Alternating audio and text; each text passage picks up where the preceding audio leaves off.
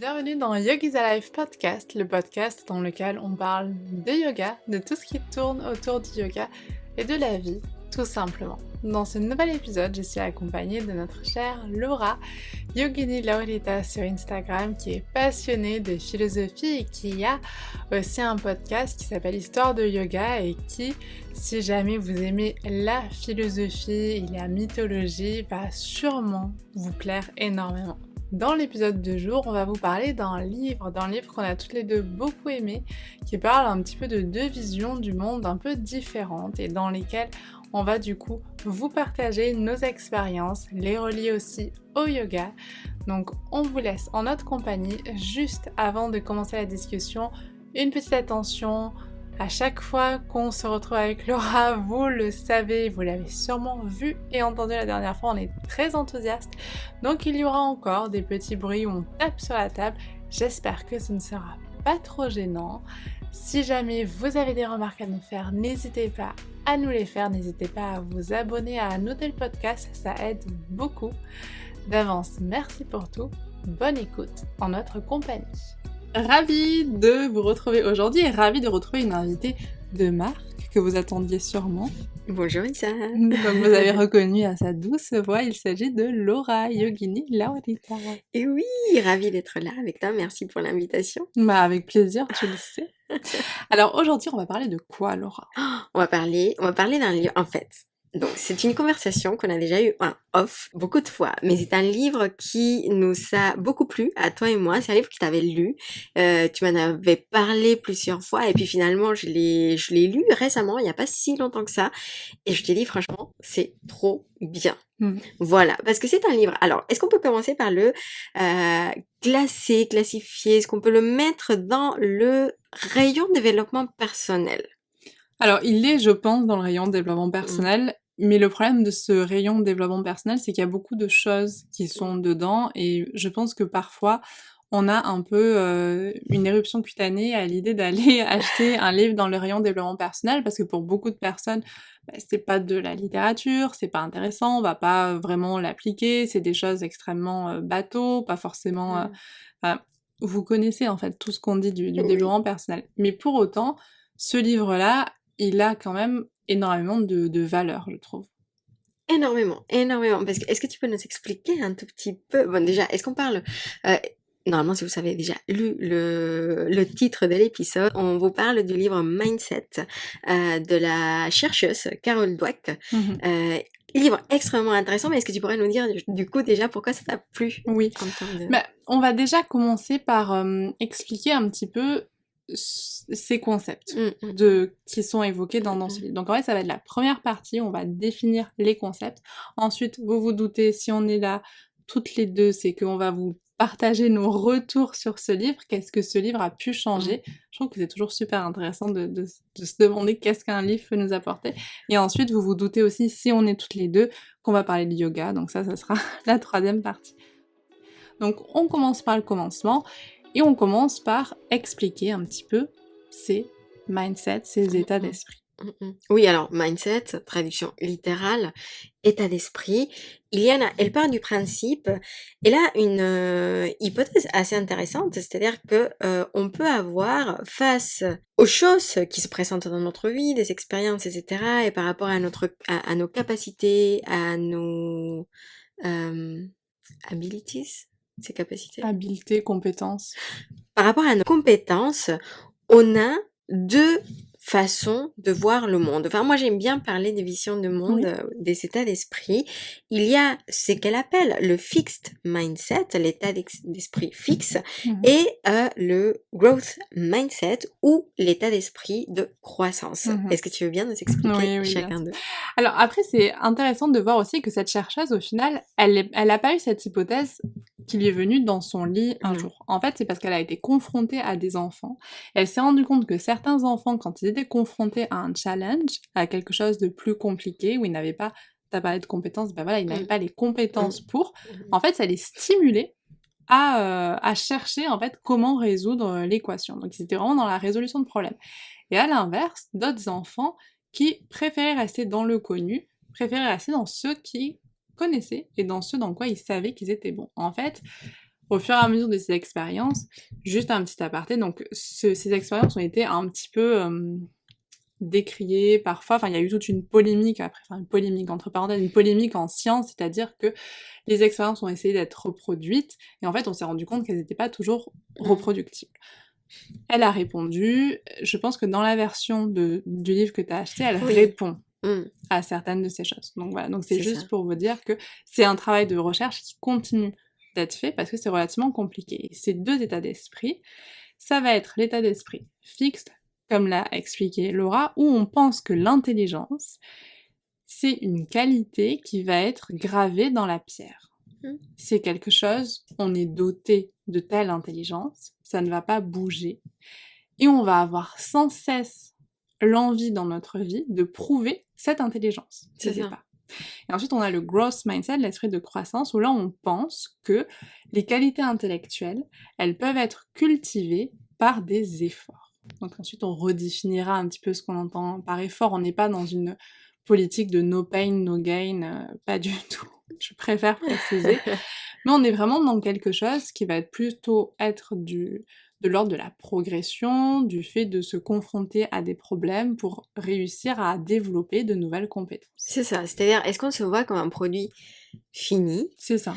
Où tout ce qu'on va pouvoir faire, on l'a déjà fait. Enfin, c'est-à-dire, non, on est naturel, on n'est pas naturel, on va parler beaucoup vocabulaire, etc. pour faire certaines choses qui sont, certaines qualités qui sont innées. Ou est-ce que on n'est pas un produit fini et est-ce qu'on peut devenir plus que ce qu'on est en ce moment? Exactement. Voilà. Et en fait, ce livre, il est assez intéressant et je sais pas si tu as fait les petits tests qu'elle propose à chaque fois. Alors, je les ai fait, enfin, je les ai pas faits non, mais je me doute, mais, oui, je me posais la question et c'est vrai qu'à chaque fois, c'est intéressant de voir que on est, comme très souvent, on n'est ni complètement un, ni complètement l'autre, mais que selon certains aspects de notre vie et selon certains moments de notre vie, bah, on va avoir plutôt tendance à réagir d'une certaine façon, et ensuite, pour d'autres, d'une autre façon. Ouais. C'est tout à fait ça. Moi, il y a une question qui m'a beaucoup marquée, c'était une des premières qu'elle pose, c'est quand est-ce qu'on se sent intelligent? Oui. Et suivant les réponses, du coup, si on pense que le fait d'être intelligent, c'est de pas faire d'erreurs, de faire des choses à la perfection, de faire des choses quand c'est facile pour nous, c'est-à-dire qu'on voit pas du tout l'effort, etc. Bah là, en fait, on serait plutôt dans du fixed mindset, donc dans de l'état d'esprit fixe. Et par contre, si quand on se sent intelligent, c'est quand on va être confronté à quelque chose de très dur, quelque chose qu'on ne savait pas encore faire et qu'on arrive, mine de rien, à résoudre, même si ça nous a coûté du temps, de l'énergie, et c'est quelque chose où on a consacré du temps pour que ça puisse arriver. Donc là, en fait, c'est plutôt l'état d'esprit, on le voit, de croissance. Et comme tu le dis, et ça, je pense que c'est bien de passer sur la partie un petit peu idée reçue, on n'est ni l'un ni l'autre, ça c'est une évidence. Et par effort, en fait, c'est juste pour dire que il y a un prix à chaque chose qu'on fait. C'est-à-dire que pour planter une graine, il va lui falloir de la terre, il va lui falloir de l'eau, il va lui falloir du soleil. Ça, c'est vraiment super important de déjà reconnaître que pour beaucoup de choses, on va devoir faire des efforts pour atteindre un objectif, quel qu'elle soit. Complètement.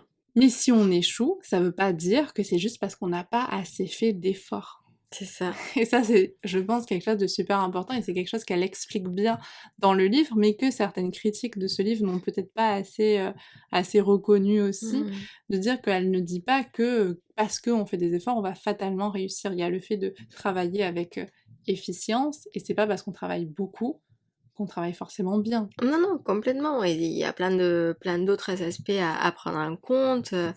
Enfin, quand on parle d'un projet, parce qu'elle aborde, ce qui est intéressant aussi, c'est que dans ce livre, elle va aborder cet angle-là et ce type d'état d'esprit dans différents domaines, c'est-à-dire dans le domaine du sport, dans le domaine entrepreneurial, enfin, du corporate, business, du business, même par rapport aux relations, par exemple, de élèves-professeurs dans les milieux scolaires, ou même parfois ou du coaching, etc., accompagnement, ou même parfois dans les relations enfants-parents. Oui. Parents-enfants. Donc, au niveau de la parentalité, donc du coup, c'est ça qui est très intéressant, c'est que quel que soit le domaine dans lequel elle va aller explorer justement les réactions des différentes personnes, on voit très bien que lorsqu'il y a un échec, quand on est dans un état d'esprit fixe, il y a vraiment une remise en question du soi. Tout à fait. Ce qui est enfin moi, pour moi, c'est Bah oui. fascinant. Alors que pour l'autre, c'est pas tellement... Le soi est en constante évolution parce C'est qu'il ça. y a ce potentiel de croissance. Et en fait, ça rejoint exactement ce qu'elle dit à un moment. Est-ce que le succès, c'est d'apprendre, donc growth mindset, état d'esprit de croissance, ou est-ce que c'est de prouver que t'es intelligent? C'est ça. Et quand on prouve qu'on est intelligent, on est totalement dans l'identité, en fait. On Complètement. s'identifie à une certaine intelligence. Exactement. Et ça devient très compliqué. Mmh. Et ça devient encore plus compliqué, tu parlais de parentalité, et on peut l'extrapoler à à toute relation finalement humaine au niveau des compliments. Moi, je sais que je ne peux plus faire les mêmes compliments depuis que j'ai lu ce livre, ça on en parlera après, mais en fait de dire que suivant comment on verbalise les compliments qu'on fait, en fait, on peut induire sans le vouloir un fixed mindset chez une personne. Ça veut pas dire qu'il faut faire toujours attention à ce qu'on dit, enfin, de base, si, c'est mieux, mais voilà, sans devenir totalement parano ou quoi, mais vraiment se dire, est-ce qu'on valorise une intelligence fixe? Oh là là, c'est bien, Laura, t'as travaillé vite et sans effort, bravo, T'es très t'es intelligente. très intelligente. Ou est-ce que de dire, bah, c'est bien, t'as été confrontée à une difficulté, t'es allée demander de l'aide à je sais pas qui, à la voisine qui avait travaillé là-dessus, bah bravo, t'as pu mettre en place en fait des ressources qui t'ont permis de résoudre le problème en étant confrontée à un souci ou quelque chose comme ça.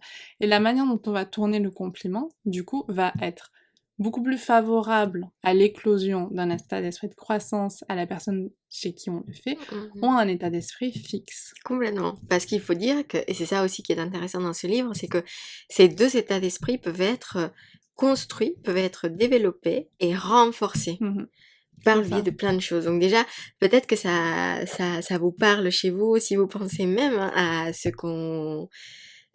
que vous avez vécu dans votre enfance par rapport aux expériences que vous avez eues ou que vous savez encore aujourd'hui par rapport à certaines relations, bah, vous pouvez peut-être déjà commencer à avoir certains schémas qui commencent à apparaître. En tout cas, je sais que dans mon cas, ce qui est intéressant, comme tu le disais, c'est que quand on lit un livre, on se lit à travers un livre. Tout à fait. C'est vraiment, les livres, c'est un miroir, en fait, à chaque fois.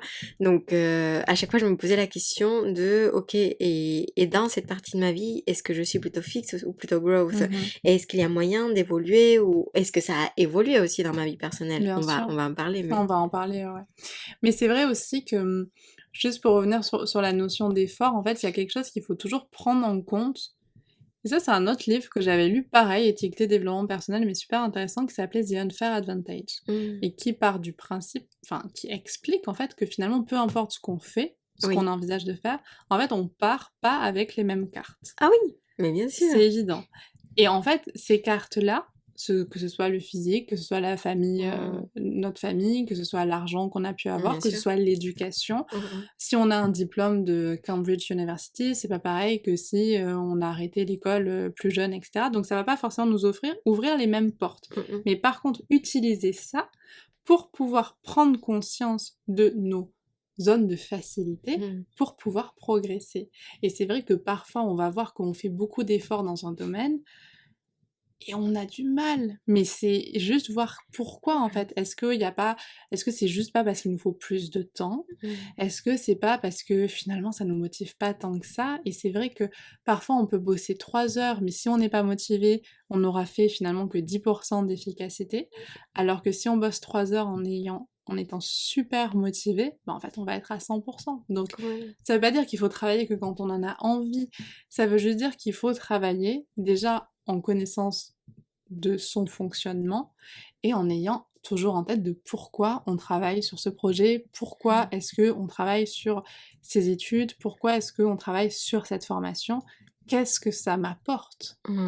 Oui, c'est d'être toujours conscient, on revient toujours à la connaissance de soi, à la conscience, et être conscient de l'environnement dans lequel on travaille, du pourquoi, du comment, et voilà, effectivement. C'est exactement ça.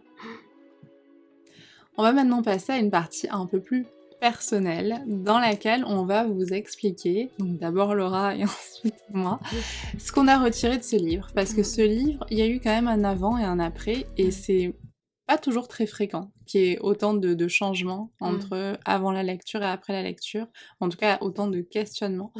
Donc on avait vraiment envie de partager un petit peu avec vous tout ça. Donc est-ce que Laura, tu te sens pour lancer te lancer dans le grand bain et nous expliquer ce que ce livre a pu changer? Oui, alors merci. Alors si vous entendez, voilà, Isa avec autant de tact aborder ce sujet, c'est parce que j'ai pas forcément l'habitude de parler de ma vie, enfin en tout cas de tout ce que je vais vous dire comme ça. Enfin, je trouve pas que ça soit particulièrement intéressant, mais c'est vrai que Bon, on est d'accord. Donc là, je vous attends dans les commentaires de dire que la vie de Laura est très intéressante, d'envoyer beaucoup, beaucoup d'amour à Laura, parce que moi, ça m'a fait un petit peu un pincement au cœur quand elle m'a dit ça. non, non, mais c'est-à-dire que, enfin, je trouve on a tous vécu des choses comme ça, et je pense que je suis pas, finalement, j'ai peut-être une histoire qui est assez, enfin, commune, dans le sens où moi j'ai grandi au Mexique, j'ai grandi au sein d'une famille où être intelligent était très important.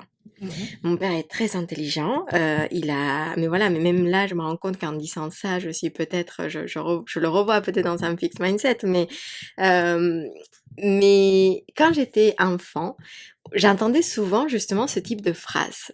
Ça, quand j'ai lu ce livre, vraiment, ça a fait écho à mon enfance, dans le sens où, bah, pour mon père, le fait d'avoir des bonnes notes sans avoir énormément d'efforts, de comprendre très vite les choses, et que ça vienne vraiment de façon très naturelle, je sentais que pour lui, c'était vraiment quelque chose de très important. Et c'est vrai que pour la plupart de ma scolarité, enfin en tout cas jusqu'au lycée, ouais, jusqu'à la fin du lycée, moi j'étais un petit peu ce type d'élève. C'est-à-dire que j'ai jamais eu besoin de bosser beaucoup pour ou de réviser grand-chose pour avoir des bonnes notes, pour avoir voilà, mention au bac, etc., etc. Et quand il a fallu faire le choix des écoles, alors moi je savais que je voulais aller en France depuis que j'étais toute petite. C'était mon rêve de suivre les pas de Marie Curie. Et, et donc, quand il a fallu faire le choix pour le après bac, on m'a dit, voilà, tu as des bonnes notes, t'es intelligente, donc comme quoi j'étais vraiment, enfin, je pense, enfin sans le vouloir, et c'était pas du tout inconscient, et je suis pas en train de dire que mon père était horrible ou quoi que ce soit. Je pense qu'il était juste très fier et qu'il voulait transmettre, enfin voilà, il voulait me faire sentir tout son amour. Mais en tout cas, quand il a fallu faire le choix, on m'a conseillé de faire une prépa. Et moi, à l'époque, je ne savais pas ce que c'était qu'une prépa. Vu que je voulais faire justement à l'époque des maths, mais on a dit prépa, maths, physique, c'est très bien. Donc voilà, j'ai choisi une prépa. On m'a conseillé quand même de choisir des prépas de Bordeaux vers le sud, parce que sinon il faisait trop froid et par rapport à l'absence de lumière, ça pouvait être un peu compliqué. Ce qui est complètement, enfin, Oui. ce que je comprends maintenant, mais avec le recul. Mais voilà, je suis tombée dans une très bonne prépa à Toulouse, où très vite je me suis confrontée à un système où, bah, ce n'était plus suffisant d'être intelligent sans travailler. Ou en tout cas, c'est un petit peu comme ça que je l'ai vu. Et pour moi, c'était vraiment une crise, c'était un moment de crise, une période de crise personnelle, parce que je me suis remise en question. C'est-à-dire que jusqu'à présent, jusqu'au moment où j'étais en prépa, moi, j'avais des étiquettes qui étaient très claires dans ma tête de ce qui était ma personnalité, mon essence. Moi, j'étais matheuse, intelligente, rationnelle, tout était simple, et voilà. Et j'étais la meilleure de la classe. Et tout d'un coup, de se confronter dans une prépa où il faut absolument bosser, travailler, réviser, revoir, parce que même les choses que tu vas voir en examen ne sont pas forcément les choses que tu as abordées en cours. Il faut aller loin, il faut explorer, il y a quand même pas mal de travail personnel à faire. C'était un gros choc. Et pour moi, la prépa, du coup, c'était en lisant ce livre, en prenant un petit peu de recul, je me suis rendu compte que la prépa, c'était vraiment la première fois où je me suis confrontée à une possibilité d'un autre état d'esprit. Il faut dire qu'en parallèle, c'est là où j'ai connu mon chéri, j'ai rencontré mon chéri.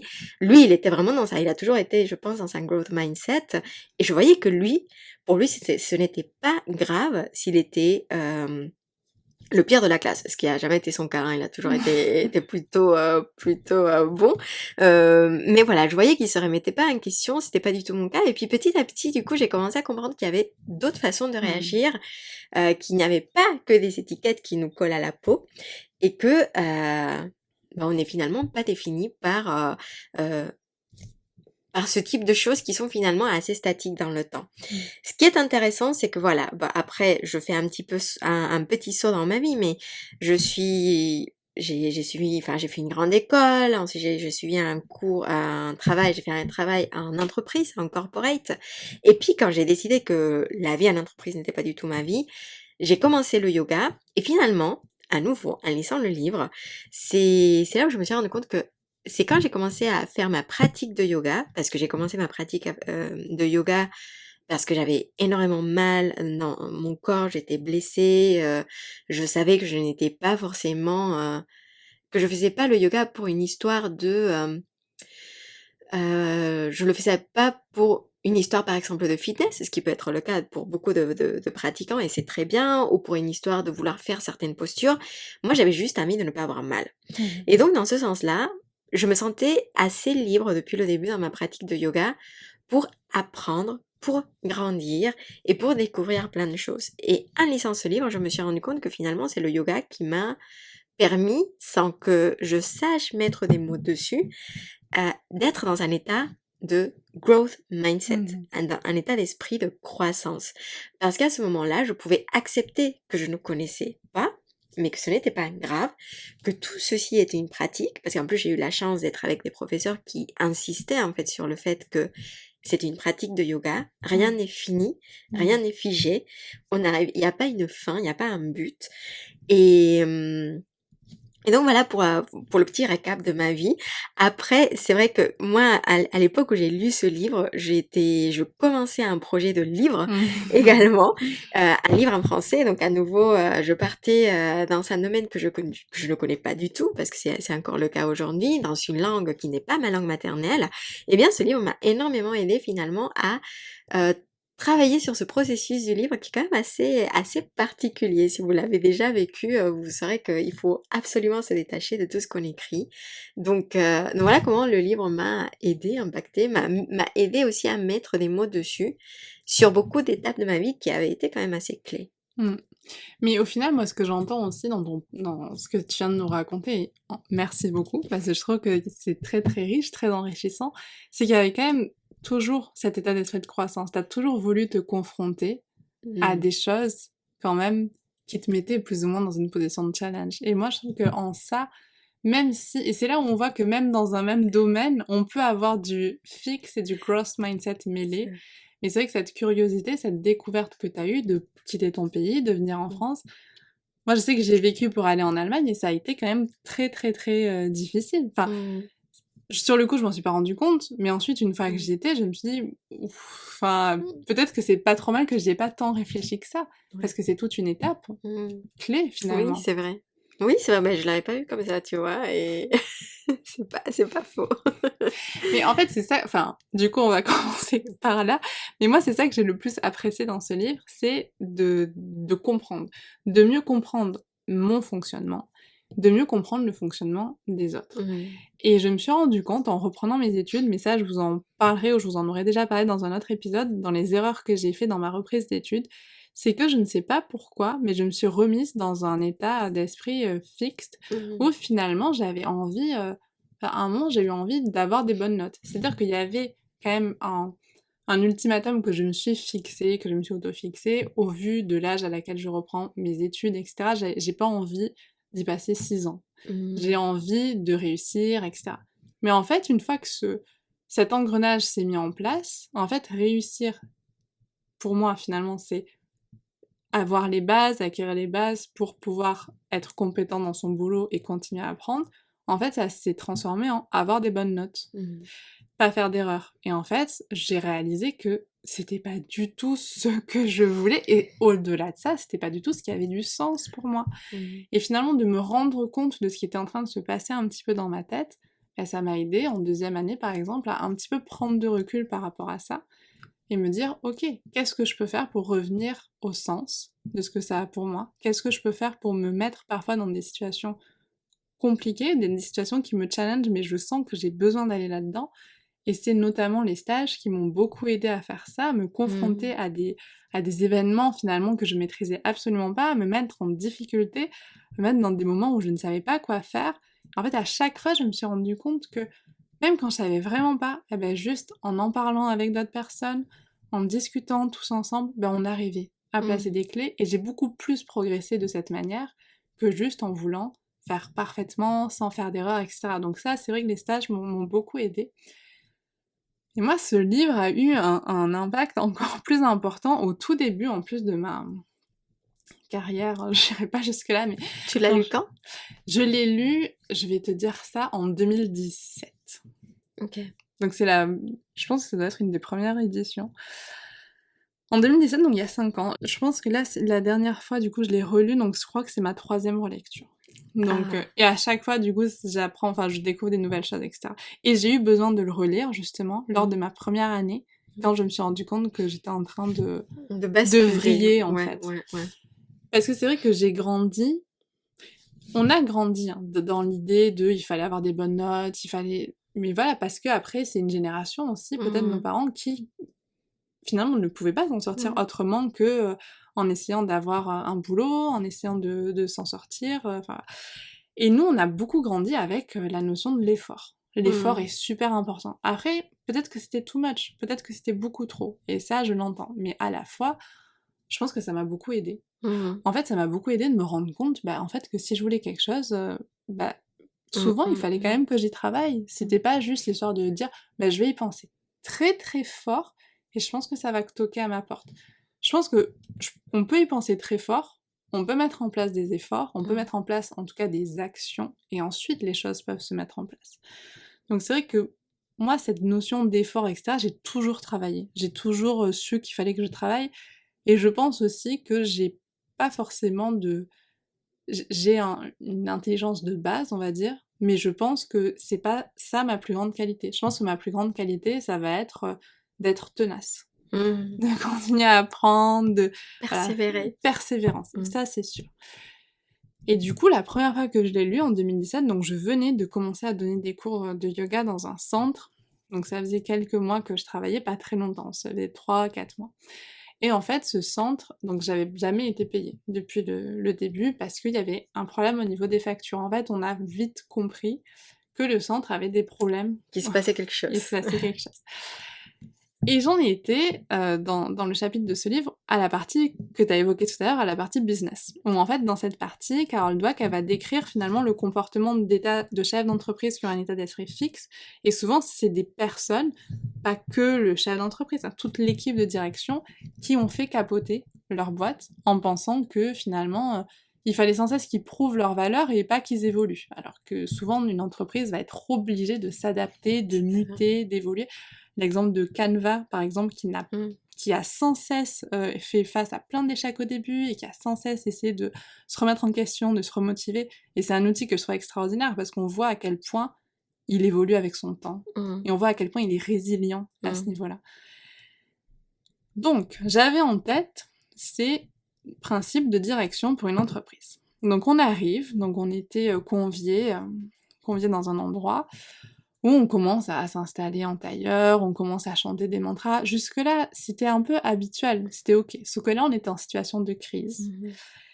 Et on est dans une situation où la gérante a commencé à évoquer le fait qu'elle avait eu beaucoup de difficultés, le fait qu'elle n'avait pas été accompagnée, le fait qu'on lui avait fait des promesses non tenues.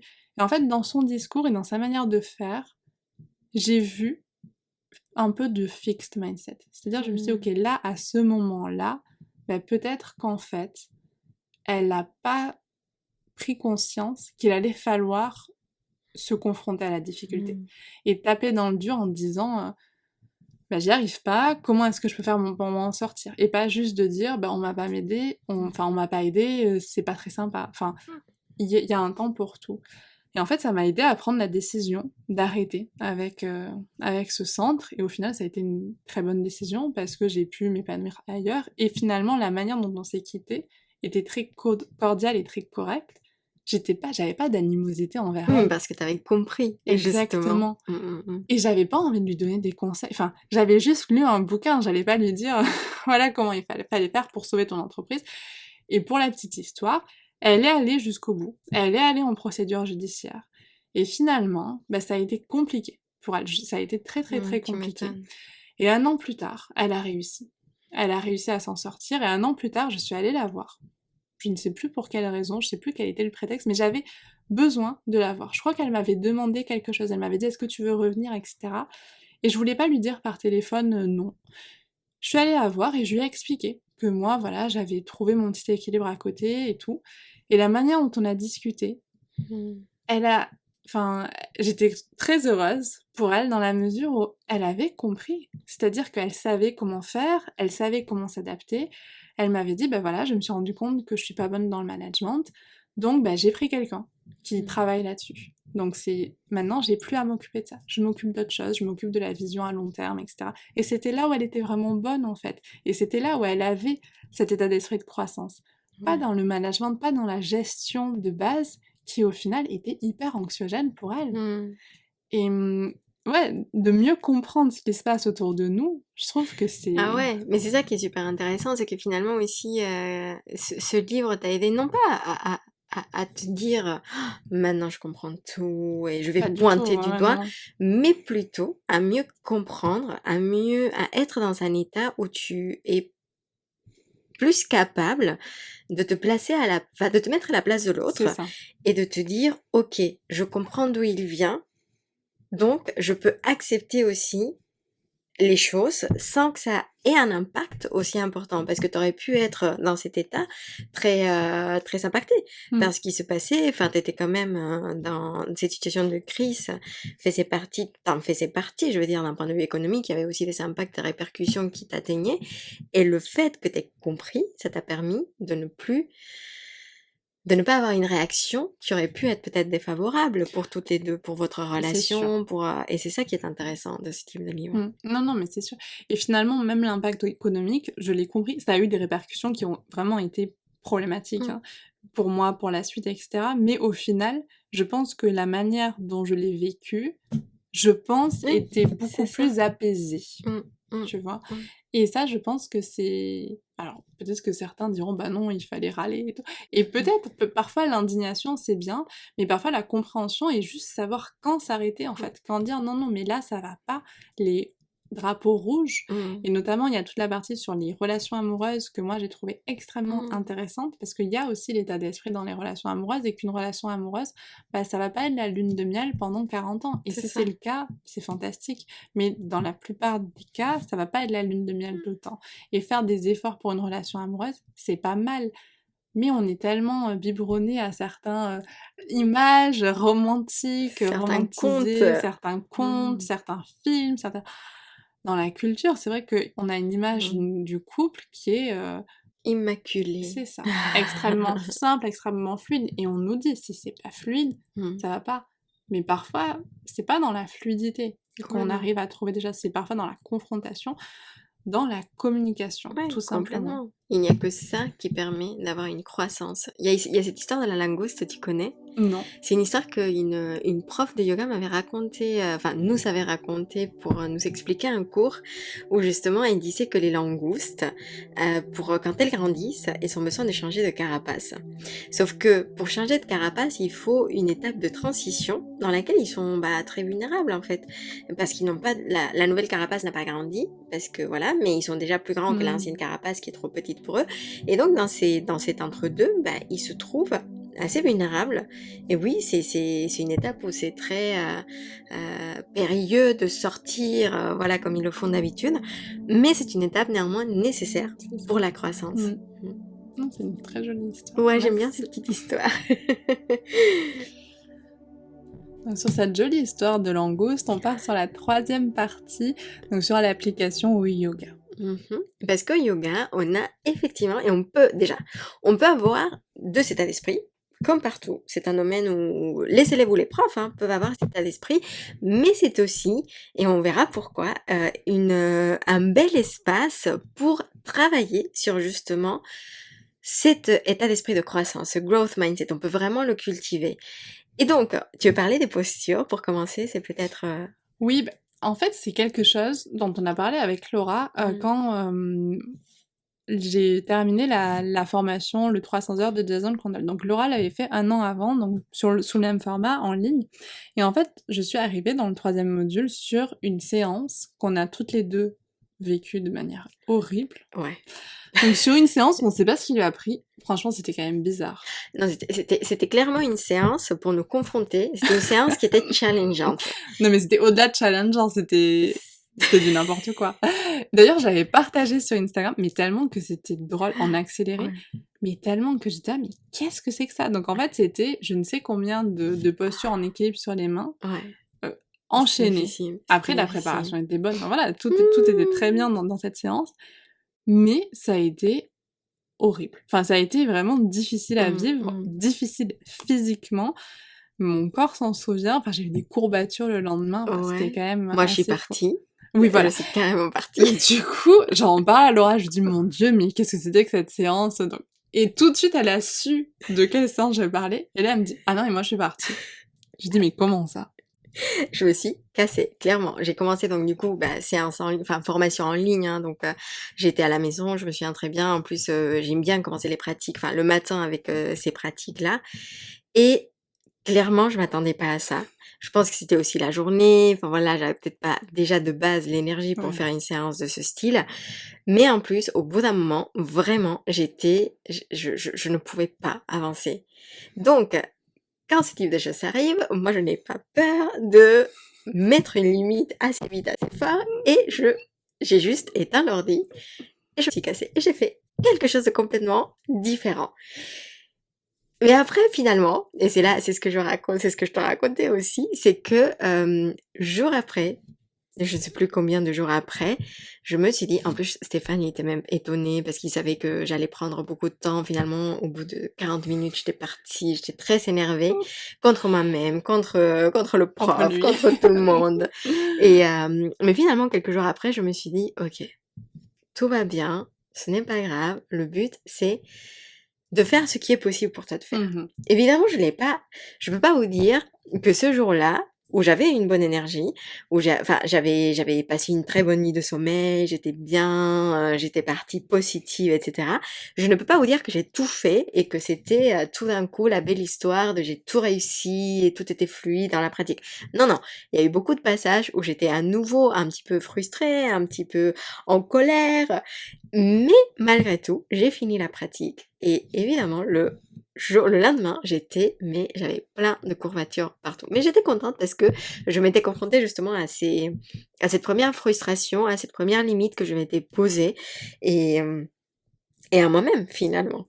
Mais c'est tout à fait ça. Moi, du coup, je suis allée jusqu'au bout de ma pratique, avec les courbatures, avec tout ce qui s'en s'est suivi. Mais en fait, c'est vrai que je me suis dit, mais en fait, je fais pas assez ces pratiques. En fait, si c'est si dur là, et si je sais aussi peu m'adapter avec les briques, alors qu'habituellement, voilà, j'aime bien toujours avoir mes briques à côté, ou plein de choses qui me permettent de m'adapter dans certaines postures qui me sont un peu plus compliquées. Là, c'était vraiment pas du tout ça. Parce que je me suis dit, mais en fait, je les pratique pas assez. Quand je pratique pour moi, j'occulte volontairement ce type de posture.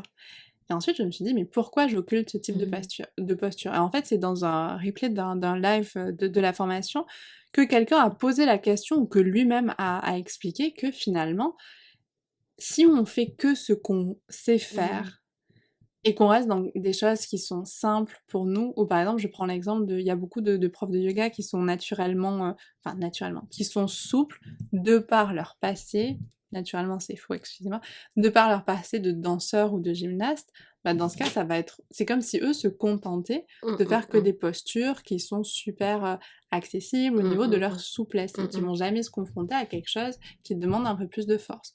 Mais en fait, moi, je me suis rendu compte que je me complaisais quelque part dans un certain confort de ma pratique quand je pratique pour moi.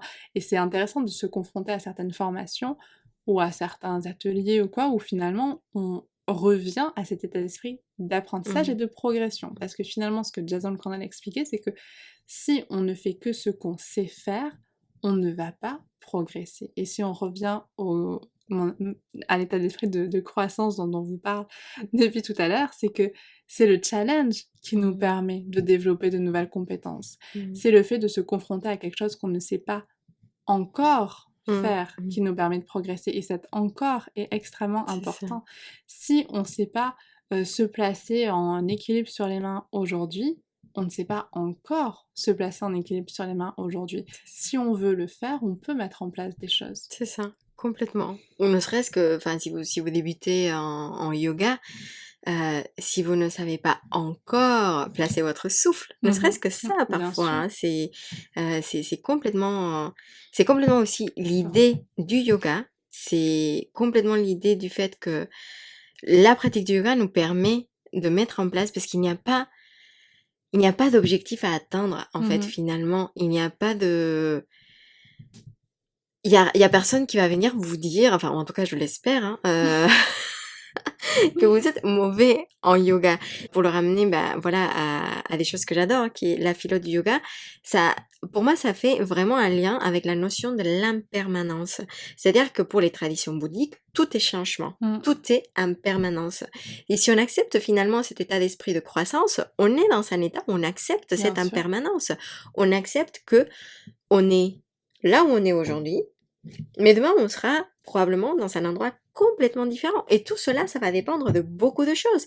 À nous de définir ce qu'on peut faire pour aller vers là où on le souhaite. Mais évidemment, cette impermanence, cet état de croissance nous rappelle que on n'est pas dans le contrôle de tout.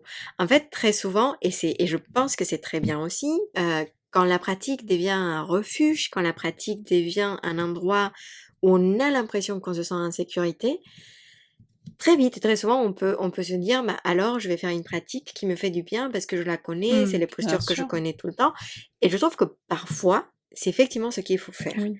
et parfois, c'est ce dont on a besoin parce que Mmh. nos vies sont peut-être très chaotiques, parce qu'on est dans une période de vague, de transition, de voilà, mais si notre vie nous le permet, la pratique du yoga pourrait être un espace incroyable pour tester des nouvelles choses, pour se confronter sans qu'il y ait vraiment des répercussions énormes sur notre vie quotidienne Mmh. finalement, en le faisant tout évidemment en sécurité, en compagnie d'un prof, enfin on met toutes les petites choses qu'il faut prendre en compte, mais cette notion, il faut se rappeler que quand on parle de yoga, on parle d'une pratique. Ce n'est pas un objectif, il n'y a pas de tournoi de yoga, enfin en tout cas j'espère pas. On parle d'une pratique de yoga. Et la pratique de yoga, si on va à nouveau sur les dénominateurs communs de ce que fait le yoga, une pratique de yoga, la pratique de yoga sera aussi accompagnée d'une sorte de discipline. Il Mmh. y aura un minimum de discipline, c'est une pratique qui est engagée, c'est pour ça qu'on parle souvent de la notion de tapas, Bien sûr. typiquement. On peut aussi parler de abhyasa et vairagya, c'est-à-dire qu'on va être engagé dans une pratique, mais dans un état où on n'est pas identifié avec Mmh. sa pratique. C'est un état un peu bizarre, hein, on est engagé, on fait sérieusement les choses, il y a l'effort, il y a cette notion d'effort qu'il y a dans, dans cet état d'esprit de croissance, ce growth mindset, sans pour autant s'identifier avec cela. Mmh. Et ça, c'est très, très, très subtil. C'est-à-dire que même, par exemple, quand on parlait tout à l'heure des bonnes élèves Oui. ou un bon businessman ou quelqu'un qui serait très successful, enfin voilà, ce n'est pas parce qu'une personne travaille beaucoup, par exemple, et c'est ce que tu disais, Oui. qu'elle est successful, Mmh. ou voilà, ou que du coup, elle va devenir la personne qui travaille beaucoup. Parce qu'à ce moment-là, elle commence à devenir son étiquette. Elle commence à Bien sûr. s'identifier à l'étiquette du bosseur. Mmh. Mais je pense que parfois, si on a autant tendance à s'identifier, c'est parce que quelque part, ça nous Mais rassure bien sûr, mais bien sûr. et c'est beaucoup plus difficile de se dire: «Bon, bah, voilà, rien ne me définit», en Mmh, quelque mmh, sorte. mmh, Mais mmh. pour autant, peut-être que parfois, le fait de pas se définir, c'est aussi être plus libre et Complètement. je pense que parfois, il y a des choses, des valeurs, par exemple, auxquelles on tient énormément, la valeur de l'honnêteté, bah, parfois, la meilleure manière de l'exprimer, bah, c'est de pas forcément être honnête parce que ce qu'on va Mmh, dire à ce moment-là va juste être blessant. mmh, Ou mmh, alors il faudra, voilà, lui ajouter un petit peu de mmh. diplomatie et cetera et c'est vrai que ce que tu dis, c'est super important, il faudrait toujours l'avoir en tête et je pense que ça nécessite aussi une une réflexion constante Mmh. sur ce qu'on fait, sur ce qu'on dit, un temps d'introspection en fait. Mais peut-être qu'il est nécessaire pour pouvoir continuer d'évoluer, pour pouvoir continuer de progresser, de grandir. Complètement, c'est accepter les vagues, c'est Mmh. yoga chitta vritti nirodha, ne pas s'identifier avec les fluctuations et tout ce qui se passe dans notre monde intérieur, comme le disent les Yoga Sutras de Patanjali. Mmh. Mais Mais c'est oui. vrai que, parfois dans notre vocabulaire, c'est vrai qu'on a tendance à parler de bon, mauvais. En yoga, par exemple, le nombre de personnes qui disent: «Bah, je suis pas souple, Mmh. donc je vais pas faire ça». En fait, c'est tout de suite, on met une étiquette, tout de suite, on pose une limite. C'est tout Mmh. de suite pour moi, c'est l'image de on ferme une porte. C'est ça, c'est ça. Et au final, peut-être qu'on juste rajouter le «encore», moi, c'est aussi quelque chose que ce livre m'a beaucoup apporté. Mmh. J'utilise beaucoup plus «encore» dans mon vocabulaire. Ça veut pas dire que grâce au yoga, on va être super souple, mais peut-être qu'on peut progresser un peu dans sa souplesse, ou en tout cas Ouais. se sentir un peu plus libre dans ses mouvements, augmenter un peu nos amplitudes articulaires. Et donc là, on peut dire: «Bah, je ne suis pas encore souple, C'est mais je ça, veux bien essayer. c'est Je veux ça. bien tenter, je veux bien oser me confronter à quelque chose que je connais pas encore». Complètement, comme, c'est comme la phrase: «Le yoga n'est pas pour moi» ou «La méditation n'est pas pour Oui. moi». Je veux bien faire du yoga dynamique, mais me poser, c'est pas pour moi. Mmh. Bah, ça présuppose que du coup, vous êtes comme vous êtes et que vous n'allez pas changer. Et en fait, quand on regarde, bah, on a déjà changé. Enfin, je sais pas, pensez à vous quand vous étiez petit ou petite, quand vous étiez enfant, bah, vous avez forcément changé. Et heureusement. Et Enfin, en tout cas heureusement! pour moi, heureusement. Sinon, je serais toujours dans la boue à ramasser des têtards et des Mmh. grenouilles. Après, Mais c'est très bien, hein, complètement! mais bon. Non, mais complètement. Donc ce type de choses, ça vous permet aussi d'ouvrir, comme tu disais, des portes, Mmh. des champs de possibles, même pour tester des nouvelles choses, des nouvelles postures, des nouvelles techniques de méditation, de yoga, etc. C'est quelque chose qui peut être vraiment appliqué dans votre pratique de yoga, sur Mmh. votre tapis. Non, c'est sûr. Et s'il y a des profs de yoga qui nous écoutent, moi, il y a quelque chose auquel je me suis confrontée avec cette dernière formation Mmh. que j'ai faite, avec le 300 heures de Jason Condell, c'est vraiment me rendre compte de tout ce que j'ai encore à apprendre. Mmh. Il y a plein de choses, Mmh. voilà, qui sont un peu plus stables grâce à cette formation, mais je me rends compte de tout ce qui reste à venir, en Ouais. fait. Je sais pas si tu as eu la même, Ah mais complètement, mais c'est exactement pareil, c'est comme, et c'est ce qu'on a déjà dit, on a déjà discuté ensemble beaucoup de fois, quand on finit une formation de yoga, parfois on a l'impression et on peut très vite, hein, aller sur, des schémas de pensée, du style: «Ah mais je suis pas une bonne prof et je sais pas enseigner» ou, voilà, ou le contraire, hein, parce que ça ou peut le exister contraire. aussi Mmh.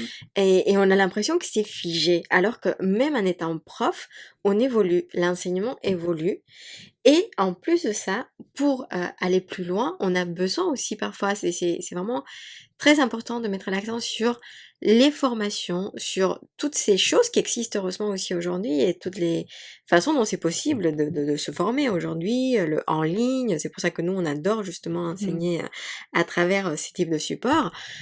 Parce que ça donne vraiment une possibilité de croissance qui est énorme. Ça Mmh. permet d'ouvrir le champ de possibles, ça permet de savoir ce qu'on aime et ce qu'on n'aime pas et ça, c'est précieux. Je pense que c'est ce qui nous permet de continuer à avancer, en quelque sorte. C'est-à-dire que C'est ça. ne plus bouger, c'est devenir, immobile, et l'inertie, enfin, on voit bien une flaque d'eau, par exemple, qui ne bouge pas, où il y a pas d'aération, il y a pas, bah, ça croupit, en fait, l'eau. Complètement. Donc sans aller jusque-là, si vous vous formez pas, vous allez croupir, non, c'est pas du tout ça.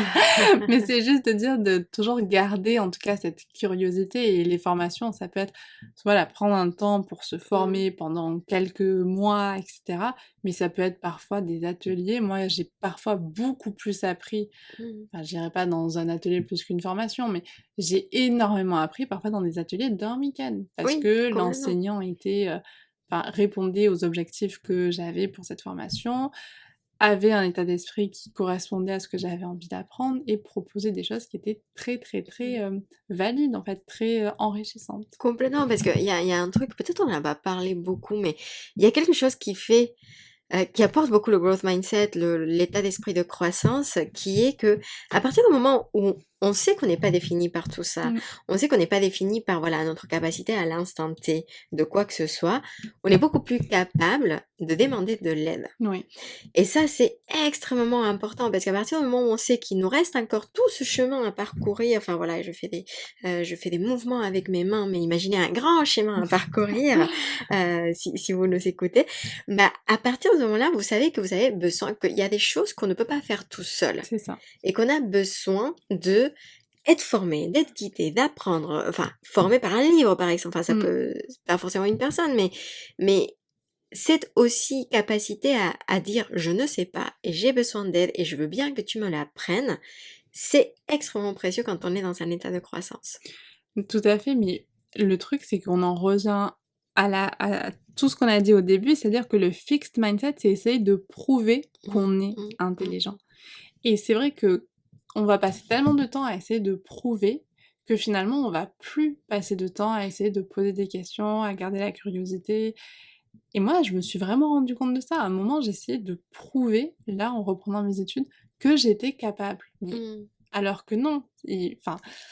Alors que le plus intéressant à ce moment-là, c'était juste de vouloir continuer à apprendre, d'être dans cette démarche où non, je ne suis pas définie par un diplôme, je ne suis pas définie par une intelligence, je ne suis pas définie par une formation, je suis en chemin. Et je pense qu'on peut limite conclure là-dessus, je sais pas ce que t'en penses. Oui, je pense honnêtement, c'est... lisez ce livre si ça vous intéresse, si vous avez envie d'aller plus loin, dites-nous ce que vous en pensez, si vous l'avez déjà lu, quelle a été votre expérience également, ça serait très intéressant pour nous de savoir aussi. Bien sûr. Et là, on a la version anglaise, je sais pas si t'as la version anglaise ou française. Anglaise, mais elle existe. Il existe en français et la version a été modifiée et enrichie de tout ce qui s'est passé au fur et à mesure. Parce que voilà, cette chercheuse, et vous pouvez faire vos recherches, mais elle est toujours dans un état d'esprit quand même de croissance où elle a reconnu que certaines études n'ont pas pu être reproduites pour telle et telle raison. Parfois, c'est parce qu'il y avait un problème à la base. Après, on est sur des études qui sont faites sur l'humain, et l'humain est beaucoup plus complexe que, je dis pas que la chimie ou la physique ou les maths c'est pas complexe, mais en tout cas ça change beaucoup plus quand on parle d'humain. Et c'est encore plus d'état d'esprit, c'est quelque chose un peu d'intangible. Mais voilà, donc ce livre, il existe en français, donc vous n'avez pas d'excuses pour ne pas le lire. Non mais franchement, si ça vous intéresse, en tout cas si la discussion qu'on a eue là avec Laura vous a intéressé, vous a donné envie un peu d'approfondir, on pense pas trop se tromper en disant qu'il vous plaira. Merci beaucoup Isa. Merci à toi Laura, c'est toujours un plaisir. Et merci à vous, à bientôt. Merci, à bientôt.